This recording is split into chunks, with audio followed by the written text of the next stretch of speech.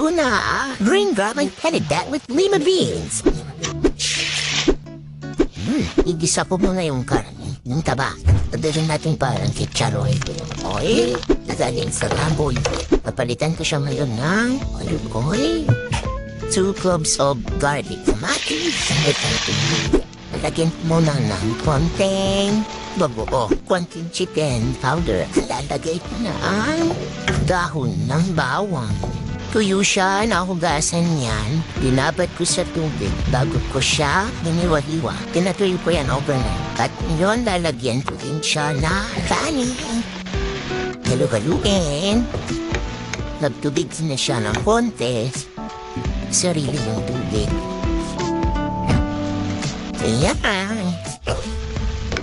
Nagtubig na siya. Ayan. Luto na. Luto na ang bawang. Pinakbet.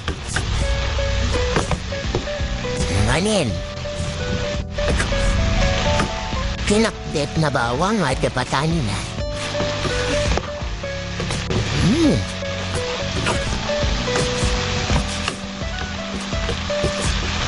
Luto na ang pakbet na bawang. Yung 5 beans o patani. Thank you for watching. See you on my next food videos.